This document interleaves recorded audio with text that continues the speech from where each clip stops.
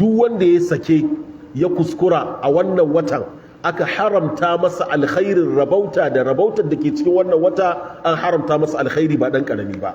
Saboda inda hasarar take ba ka iya gane za ka dawo shekara ko ba za ka dawo ba, tunda watan nan dai sai an yi wata 11 sannan za a ƙara dawowa, sai an yi kwana 330 da wani abu sannan za a ƙara dawowa a watan Ramadan.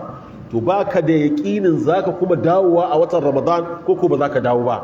Shi sanya manzo Allah sallallahu alaihi wasallam yake cewa faman hurima khairaha faqad hurim, duk wanda aka haramta mu alkhairin wannan dare to an haramta masa alkhairi mai yawa.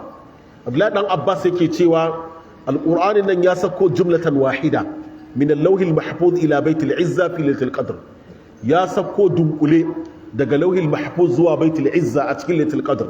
Shi kuma daren lailatul qadr shine daren da ke kwanaki guda 10 na ƙarshen watan Ramadan.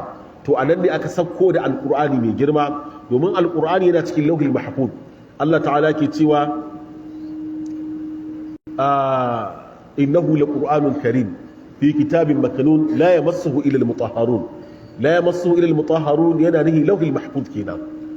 To qur'ani yana cikin lauhil mahfuz, kuma daga bisani sai aka ɗauko shi aka kawo shi baitul izza a cikin watan Ramadan, aka kawo shi baitul izza. To anan ne daga nan aka rika ɗauko shi munajjaman mufarraqa ana kawo manzon Allah sallallahu alaihi wa alihi wa sallam.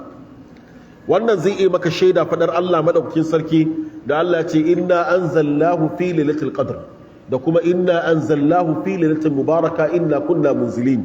Wannan yake nuna maka cewa lalle alqur'ani an dauko shi daga lauhil mahfuz an kawo shi baitul izza a cikin watan Ramadan.